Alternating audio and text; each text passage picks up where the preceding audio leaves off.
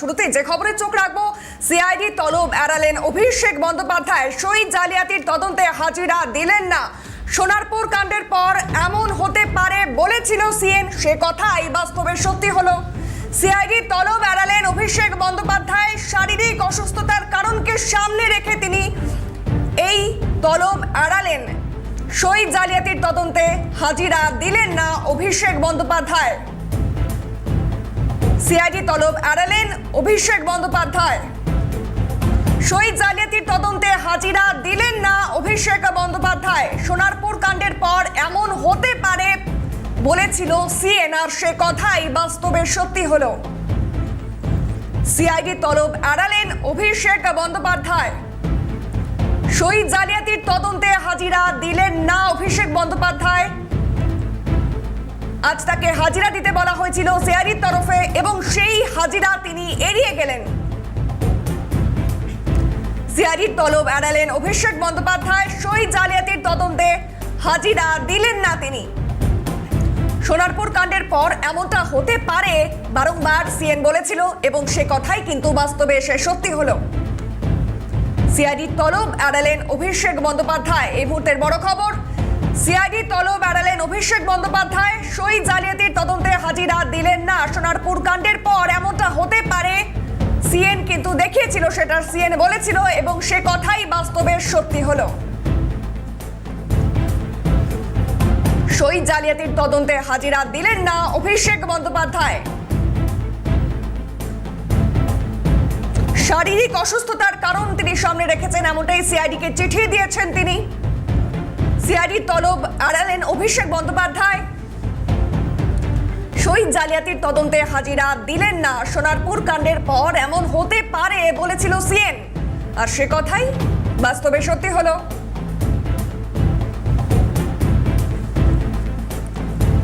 খবর জানিয়ে রাখবো, সিআইডি তলব এড়ালেন অভিষেক বন্দ্যোপাধ্যায়। এই মুহূর্তের বড় খবর, শহীদ জালিয়াতির তদন্তে হাজিরা দিলেন না তিনি।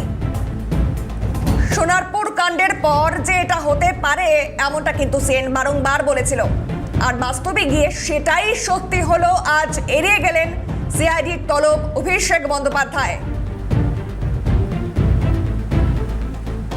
এই মুহূর্তে ভবানী ভবন থেকে রয়েছে আমাদের প্রতিনিধি অভিরূপা হাজরা, সরাসরি রয়েছে। অভিরূপা, সিআইডি তলব এড়ালেন অভিষেক বন্দ্যোপাধ্যায়।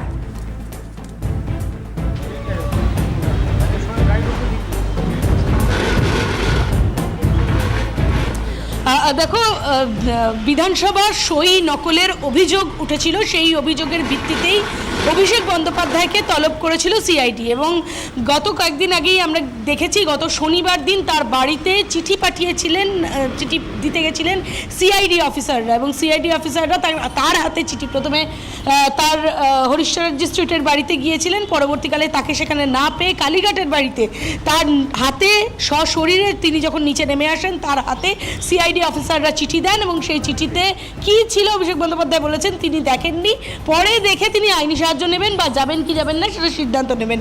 পরবর্তীকালে দেখা যায় যে সোমবারে দুপুর 12টার মধ্যে তাকে দেখা করতে বলা হয়েছিল, কিন্তু আজকে দুপুর 12টা বেজে গিয়েছে, এখনো পর্যন্ত তিনি এলেন না। সূত্র মারফত খবর, অভিষেক বন্দ্যোপাধ্যায় চিঠি পাঠিয়েছেন ভবানী ভবনে, জানিয়েছেন শনিবারের ইনসিডেন্টের পর তিনি ভয়ানকভাবে অসুস্থ, যার ফলে তিনি শারীরিকভাবে এতটা সুস্থ নন যে তিনি আসতে পারবেন, ফলত সেই কারণেই তিনি আসতে পারছেন না। এবং তার পাশাপাশি তিনি আরও জানিয়েছেন যে আইনি সাহায্য তিনি নেবেন। সেক্ষেত্রে আইনি সাহায্য কি নেন, কোন পথ খোলা রয়েছে, কোন দিকে এগোবেন, সেটা সম্পূর্ণ তার বিষয়। কিন্তু এই মুহূর্তে যে পরিস্থিতি, সেটা হচ্ছে ভবানী ভবনে আসার কথা ছিল আজ বেলা 12টার মধ্যে, কিন্তু সেই বেলা 12টার তলব, সিআইডির তলব তিনি এড়িয়ে তিনি জানালেন শারীরিক কন্ডিশনের জন্য তিনি আসতে পারলেন না। ফলে এরপরে আবার সিআইডি তলব করে কিনা সেটাই এখন দেখার বিষয়। যদিও এই ধরনের তলব আবারও হতে পারে বা জিজ্ঞাসাবাদের জন্য তাকে ডাকা হতে পারে, তাই সেক্ষেত্রে আবারও তাকে ডেকে পাঠানো হয় কিনা সেটা এখন দেখার বিষয়। তাছাড়াও তিনি কোন আইনি সাহায্য নেন সেটাও একটা দেখার বিষয়। তার কারণ হচ্ছে হাইকোর্ট এই মুহূর্তে গ্রীষ্ম অবকাশকালীন ছুটিতে রয়েছে। তো সেক্ষেত্রে তিনি কিভাবে আবেদন করেন, অনলাইনে আবেদন করেন নাকি সশরীরে আবেদন করেন, সেটাই এখন দেখার বিষয় এবং কোন পথে তিনি এগোন ভবন, সেটা সম্পূর্ণ তার বিষয় রয়েছে। কিন্তু আপাতত ভবানী ভবনে আজ দুপুর 12টার সময় আসার কথা ছিল, তাকে ডাকা হয়েছিল। বিধানসভায় সই নকলের অভিযোগ উঠেছিল, তার ভিত্তিতে তাকে ডাকা হয়েছিল। তিনি তার শারীরিক কন্ডিশন খারাপ বা অসুস্থতার দরুন দেখিয়ে বা কারণ দেখিয়ে তিনি এই ডাক এড়ালেন, এ কথা বলাই বাহুল্য। এরপর তিনি কি সিদ্ধান্ত নেবেন বা আইনি সাহায্য নেবেন বা সিআইডি কি পদক্ষেপ নেয় সেটাই এখন দেখার বিষয়। সম্ভবত শোনা যাচ্ছে সিআইডি আবারও একটি নোটিশ সার্ভ করতে পারে তাকে, সেই নোটিশ সার্ভ করে তাকে আবারও ডাকা হতে পারে। তবে সবটাই নির্ভর করছে সিআইডির সিদ্ধান্তের উপর, তারা কি করবেন। যতক্ষণ না পর্যন্ত নোটিশ সার্ভ হচ্ছে ততক্ষণ পর্যন্ত এটা বলাই যায় যে তিনি আজকের বেলা 12টার পর্যন্ত যে ডাক ছিল সেই ডাক অভিষেক বন্দ্যোপাধ্যায় এলেন না এবং বেলা 12টা বেজে গিয়েছে, সুতরাং তার সময়সীমা শেষ হয়ে গিয়েছে। সুতরাং সিআইডি নতুন কি পদক্ষেপ নেয় সেটাই এখন দেখার বিষয়। তবে অভিরূপা, এই যে অভিষেক বন্দ্যোপাধ্যায় বারংবার তার শারীরিক অসুস্থতার বিষয়টি যে সামনে আনার চেষ্টা করছে, অন্যদিকে ডাক্তার তার প্রেসক্রিপশনে স্পষ্টভাবে উল্লেখ করেছে তিনি সচেতন রয়েছেন, সুস্থ রয়েছেন, ফিট রয়েছেন। তারপরেও এই শারীরিক অসুস্থতা, মানে তিনি ভর্তিও নন হসপিটালে বা কোথাও, সেক্ষেত্রে যে বারংবার শারীরিক অসুস্থতা দেখিয়ে, যেটা সিএন দেখিয়েছিল যে এরকম হতে পারে সোনারপুরের ঘটনার পর, বাস্তবে গিয়ে কিন্তু সেটাই দেখা গেল। তিনি সেই শারীরিক অসুস্থতার অজুহাত দেখিয়েই তিনি এড়ালেন সিআইডির তলব।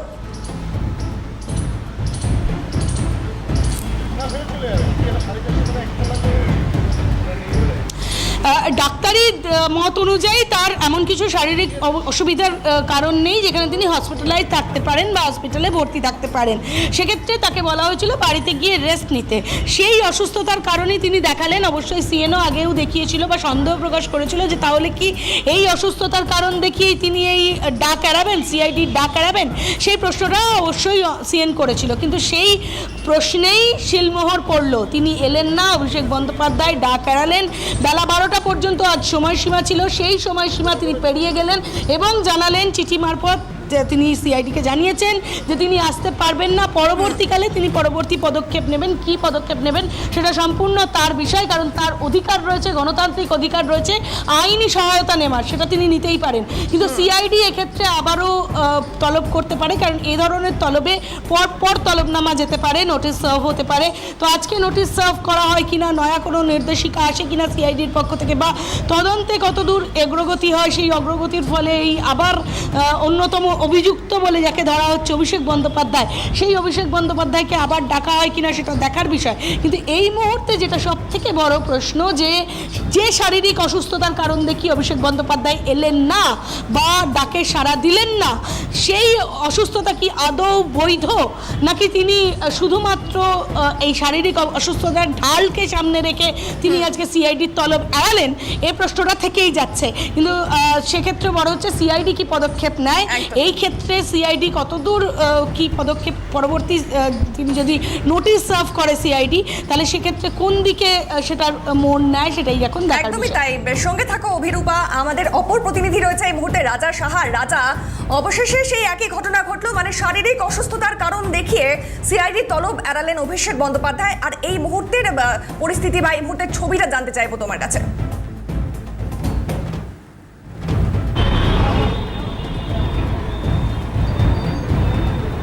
দেখো, ছবি স্বাভাবিকভাবেই যেমনটা থাকার তেমনটাই রয়েছে। অভিষেক বন্দ্যোপাধ্যায় তিনি তার বাড়িতেই রয়েছেন, শারীরিকভাবে তিনি অসুস্থ রয়েছেন। গত শনিবার দিন সোনারপুরে তিনি আক্রান্ত হয়েছেন, ফলত তার পরবর্তী ক্ষেত্রে তার চিকিৎসা চলছে, বাড়িতেই তার চিকিৎসা চলছে।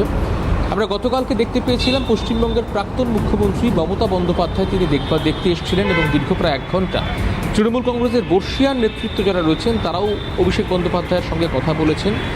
ফলত তোমাকে জানাবার চেষ্টা করি যে আজকে আইনজীবী মারফত তিনি চিঠি পাঠিয়েছেন সিআইডি দপ্তর এবং সেখানে স্পষ্টভাবে লেখা রয়েছে শারীরিক অসুস্থতার কারণে তিনি আজকে পৌঁছতে পারছেন না। আমরা সূত্র মারফত যেমনটা জানতে পারছি যে তিনি কোনো হার্ড কপি সম্ভবত তার যে আইনজীবী রয়েছেন তার মারফত একেবারে পাঠাতে পারেন সিআইডির যে সদর দপ্তর রয়েছে সেখানে। তোমাকে জানাই যে বিধানসভায় বিরোধী দলনেতা কে হবেন সেই সংক্রান্ত বিষয়ে যে বিধায়কদের স্বাক্ষর করা যে চিঠি দেওয়া হয়েছিল, সেখানে 4 বিধায়কের স্বাক্ষরে একটা সমস্যা দেখা দিয়েছিল। কুণাল ঘোষ, নয়না বন্দ্যোপাধ্যায়, চন্দ্রনাথ সিনহা, বাহারুল ইসলাম ক্যানিং পূর্বের বিধায়ক। তিনি স্পষ্ট করে বলেছেন যে যেই দিনকে সই করা হয়েছে সেই দিনকে তিনি ওই দিন উপস্থিত ছিলেন না। মূলত কিভাবে জানা গেল, তিনটি সই মেলানো হয়েছে। এক, যে রেজলিউশন পেপার সেখানে যে সই করা হয়েছিল সেই সইটি, বিধানসভায় যে অ্যাটেন্ডেন্স রেজিস্টার রয়েছে বিধায়কদের জন্য সেই রেজিস্টারের সই, এবং বিধায়ক হিসেবে শপথ গ্রহণ করবার পর যে বিধায়ক বাহারুল ইসলাম তিনি সই করেছেন সেই স্বাক্ষর মেলানো হয়েছে।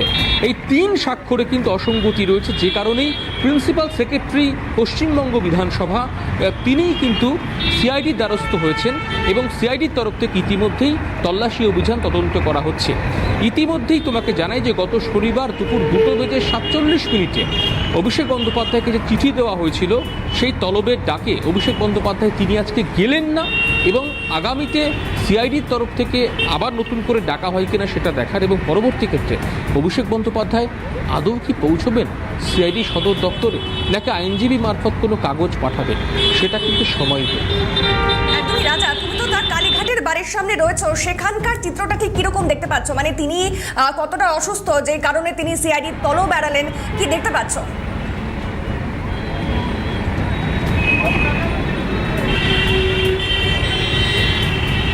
দেখো, অভিষেক বন্দ্যোপাধ্যায়ের বাড়ির সামনে আমি রয়েছি। বাড়ির ছবিটা একবার তোমাকে দেখাবার চেষ্টা করি। চিত্র সাংবাদিক সুদীপ্ত দত্ত বাড়ির ছবিটা দেখাবে, এবং তোমাকে বলি অভিষেক বন্দ্যোপাধ্যায় এই বাড়ির ভেতরে রয়েছে। এই বাড়ির ভেতরে সংবাদ মাধ্যমের প্রবেশ নিষিদ্ধ। ফলত অভিষেক বন্দ্যোপাধ্যায়ের শারীরিক অবস্থা এই মুহূর্তে কী রয়েছে, আমি যেহেতু গতকাল থেকে সরাসরি সাক্ষাৎ করিনি, ফলে তার শারীরিক অবস্থার বর্তমানে কী রয়েছে সেটা সম্বন্ধে সম্পূর্ণ সঠিক ধারণা দর্শকদের দ্বারা জানানো সম্ভব নয়। চিকিৎসক যারা তার দেখভাল করছেন তারাই সম্ভবত সবটা বলতে পারবেন, কিন্তু আর 5টা দিনের মধ্যে অভিষেক বন্দ্যোপাধ্যায়ের বাড়ির সামনে নিরাপত্তা কর্মী মোতায়েন রয়েছে। অভিষেক বন্দ্যোপাধ্যায় তিনি কি আদৌ বেরোবেন, সেটা কিন্তু এই মুহূর্তের সব থেকে বড় প্রশ্ন। একদমই। বেশ, ধন্যবাদ রাজা, এবং অপরদিকে ধন্যবাদ অভিরূপাকেও। যে খবরে নজর রাখছি, সোনারপুর কাণ্ডের পর এমনটাই হতে পারে বলেছিল সিএন, আর সে কথাই কিন্তু বাস্তবে সত্যি হলো। সিআইডি তলব এড়ালেন অভিষেক বন্দ্যোপাধ্যায়, শহীদ জালিয়াতির তদন্তে হাজিরা দিলেন না। সোনারপুর কাণ্ডের পর এমন হতে পারে বারংবার বলা হয়েছিল সিএনের তরফে, এবং সে কথাই বাস্তবে সত্যি হলো অভিষেক বন্দ্যোপাধ্যায়কে। এবং অবশেষে ঠিক যেমনটা বারংবার সিএনের তরফ থেকে বলা হয়েছিল তিনি যাবেন না, এরকমটাই আশঙ্কা করা হচ্ছিল, এবং ঠিক তেমনটাই হলো। শহীদ জালিয়াতি তদন্তে হাজিরা দিলেন না অভিষেক বন্দ্যোপাধ্যায়। সোনারপুর কাণ্ডের পর এমন হতে পারে বলেছিল সিএন, সে কথাই বাস্তবে সত্যি হলো। তিনি গেলেন না এবং শারীরিক অসুস্থতার কারণ তিনি সামনে রাখলেন। এই মুহূর্তে আমাদের সঙ্গে টেলিফোন লাইনে রয়েছে বিজেপির রাজ্যসভার সাংসদ রাহুল সিনহা। রাহুল বাবু, আপনাকে স্বাগত জানাবো সিএনএ। অভিষেক বন্দ্যোপাধ্যায় সিআইডির তলব এড়ালেন, সিআইডিকে চিঠি দিয়ে জানালেন তিনি শারীরিকভাবে অসুস্থ, কি বলবেন? দেখুন, বিষয় হচ্ছে যে কোনো ভাবে হোক হাজিরা এড়ানোর চেষ্টা করছেন। এই কারণে এই সুযোগে আদালতে গিয়ে যদি আদালত থেকে কোনো রিলিফ আনা যায় তার জন্য উনি চেষ্টা করছেন। কিন্তু আমি পরিষ্কার বলতে চাই, কতদিন পেছাবেন? আগামী দিন হোক বা তারপরে হোক উনাকে হাজিরা দিতেই হবে। অতএব হাজিরা না দিলে পরিণাম কি হবে সেটা সহজেই অনুমেয়। অতএব আমি মনে করি এসব কিচ্ছু না, অসুস্থতার বাহানা দিয়ে আদালতের কাছ থেকে কোনোভাবে এই হাজিরাকে ছাড় করানোর চেষ্টা করছে। অর্থাৎ উনি যে সঠিক ব্যক্তি নন, সঠিক কাজ করেননি, এটাই তার সবচেয়ে বড় প্রমাণ। যদি তাই হতো তাহলে বুক ফুলিয়ে কাগজপত্র নিয়ে হাজিরা দিয়ে দিতেন। কি করতে পারবে? যদি কাগজ যার ঠিক থাকবে, যার বক্তব্য ঠিক থাকবে, তার তো কোনো ভয় থাকার কারণ নেই। এত ভয় কিসের? তার মানেই ডাল মে কুছ কালা হয়। বেশ, ধন্যবাদ রাহুল বাবু সময় দেওয়ার জন্য। এবং এই মুহূর্তে আমাদের সঙ্গে টেলিফোন লাইনে রয়েছে বিজেপির প্রধান মুখপাত্র দেবজিৎ সরকার। দেবজিৎ বাবু, আপনাকে স্বাগত জানাবো সিএনএ। এবং যে খবরে আমরা মূলত নজর রেখেছি, সিআইডি তলব এড়ালেন অভিষেক বন্দ্যোপাধ্যায় এবং সামনে রাখলেন তার শারীরিক অসুস্থতার কারণ, মানে সেটাই চিঠি দিয়েছেন সিআইডিকে, কি বলবেন? দলগুলোকে জয়েন করুন, তাহলেই ব্যাপারটা পরিষ্কার হবে। বিধায়কদের সই জাল করার অভিযোগ, তারপরে যেটা হলো সেটা হচ্ছে যে বিভিন্ন সময় তার বাড়িতে সিআইডির লোকেরা গিয়ে কাগজপত্র দিতে রইলেন দেখা করার জন্য। যে অভিষেক বাবু বাড়িতে ঢুকতেন বেরোতেন মানে বিমানবন্দরের নিরাপত্তা বা বিধানসভার নিরাপত্তার মতন তার নিরাপত্তা বাড়ির সামনে ছিল, তিনি মনে করতেন সরকার সরিয়েছে, নতুন সরকার সেটা আলাদা, অন্তত তিনি তো মনে করতেন। সেই অভিষেক বাবু বাইকে চেপে যেতে রইল। বাইকের আগে একটি ছেলে প্রচার করতে করতে যেতে রইল লাইভে, ভিডিও করতে করতে, প্রচুর মানুষ জমা হয়েছে, এই হবে তাই হবে, আগে থাকতেই পুলিশকে কোনো জানানোর প্রয়োজন নেই। তারপরে দেখা গেল তাকে ডিম ছুঁড়ে মারা হলো আর জুতো ছুঁড়ে। যারা মারলেন ধরা পড়লেন তারা ওরই দলের লোক। তারপরে কি দেখা গেল তিনি এবং তার পিসিমণি বিভিন্ন জায়গায় দুটি বেসরকারি নার্সিংহোমে চেষ্টা করলেন অ্যাডমিশন করানোর জন্য অভিষেক বাবুকে, মানে অ্যাডমিশনটা হয়ে গেলে আর হাজিরাটা দিতে হবে না। সেটা যখন হলো না, ডাক্তারবাবুরা প্যানপট্টি খাইয়ে দিলেন। সেখান থেকে বাড়িতে গিয়ে এখন প্যানপট্টি আরেকবার খেয়ে কম্বল মুড়ি দিয়ে বলছেন আমি তো খুব অসুস্থ, আমি দেখা করতে যেতে পারবো না। এর মধ্যে আর একটা কিউ আছে, আপনারা এটাকেও মেলেন যে গতকাল একটা বৈঠক দেখা হয়েছিল ওনাদের ওখানে বিধায়কদের, যাদের সই জাল হয়েছে বলে অ্যালিগেশন, অভিযোগ, সেই বিধায়কদের মধ্যে মাত্র 20 জনের নিচে, কেউ বলছেন 18, কেউ বলছেন 19, 80 জনের মধ্যে 19 জন বা 18 জন কি হাজির হলেন, বাকিরা এলেনই না। কেননা তারাও বোধহয় জানেন যে তাদের সইটা ওই সইটা তাদের সই নয়। এইরকম পরিস্থিতিতে যদি এই ঘটনা প্রমাণিত হয় তাহলে স্বাধীন ভারতের গণতান্ত্রিক ইতিহাসে, গণতন্ত্রের ইতিহাসে সব থেকে নোংরা, সব থেকে কলুষিত কোনো কিছু হলো সংবিধানের সঙ্গে। একদমই। বেশ, অসংখ্য ধন্যবাদ দেবজিৎ বাবু সময় দেওয়ার জন্য। এবং সত্যি সিআইডি তলব এড়ালেন অভিষেক বন্দ্যোপাধ্যায়। এবং এই মুহূর্তে আমাদের সঙ্গে টেলিফোন লাইনে রয়েছে প্রাক্তন পুলিশ কর্তা অনিল জানা। অনিল বাবু, আপনাকে স্বাগত জানাবো সিএনএ। এবং যে খবরই মূলত নজর রেখেছি, সিআইডি তলব এড়ালেন অভিষেক বন্দ্যোপাধ্যায় এবং সামনে রাখলেন তার শারীরিক অসুস্থতার কারণ, চিঠি দিলেন, এটাই সিআইডিকে। কি বলবেন? এটা এদের দলের সকলেই তো নেতা মন্ত্রী সবাই তো কোন দিন কোন আইনটা মেনেছেন। আইন তো নিজেদের আইনটা হিসাবে চলেন। এটা তো সকলকে সব জায়গাতেই এই ড্রামাটা হয়েছিল তো এই জন্যই। হসপিটালে ভর্তি রাখি তাকে ধমকাচ্ছে। এর আগে মন্ত্রীরা দেখেছি ভর্তি এমন অবস্থা হয়েছে, নাকে মুখে চাপ তারে নখ এয়ার লিফট করে ভুবনেশ্বরে নিয়ে গেলেন। হ্যাঁ, তারপরে ওখান থেকে দেখে ফেরত পাঠিয়ে দিল। তারপরে যখন জামিন পেলেন সেই মন্ত্রী তাহলে পরের দিনই গার্লফ্রেন্ডের কথা বলছেন। এদের ড্রামা সবাই বুঝে, এদেরকেও বিশ্বাস করে, লোকের কাছে হাস্য লাফিং স্টকে পরিণত হয়েছে এনারা। এদেরকেও মানেও না। এখন এরা হেলমেট আর পাছায় বস্তা বেঁধে যেন বেরোতে যা করেছেন। সবার কোনোদিন আইন মানেননি, এখনো মানবেন না। দেশের রাষ্ট্রপতি, মহামহিম রাষ্ট্রপতি মানেন না, প্রধানমন্ত্রীকে মানেন না, কেন্দ্রীয় স্বরাষ্ট্র মানেন না, হাইকোর্ট সুপ্রিম কোর্টের অর্ডার মানেন না। 25 জনকে 24 জন করে লয়ার দিয়ে সেই দেশগুলোকে রেফার করে, ওখানে জাগলারিয়া ওয়ার্ড করেন নামি দামি। এইসব কবে মিলেছেন এরা? কোনোদিনই করে ইনভেস্টিগেটিং মেরেছেন? উল্টে কেন্দ্রীয় তদন্তকারী সংস্থাগুলোর বিরুদ্ধে মামলা করেছেন। এদের বিশ্বাস করে সবাই হাসে। বেশ, অসংখ্য ধন্যবাদ অনিল বাবু সময় দেওয়ার জন্য। এবং সত্যি মানে আমরা বিজেপির তরফে যে প্রতিক্রিয়া পেলাম, রীতিমতো তিনি আর কতদিন এভাবে এড়াবেন এই তলব, এটাই কিন্তু এখন দেখার। এবং রীতিমতো এই নিয়ে প্রশ্ন উঠতে শুরু করেছে যেই বিষয়টি, অর্থাৎ তিনি এড়াতে পারেন সোনারপুর কাণ্ডের পর, এমনটা হতে পারে বলেছিল সিএন, আর বাস্তবে সে কথাই সত্যি হলো, তেমনটাই দেখা গেল। ঠিক কি হয়েছিল সোনারপুরে একবার দেখুন।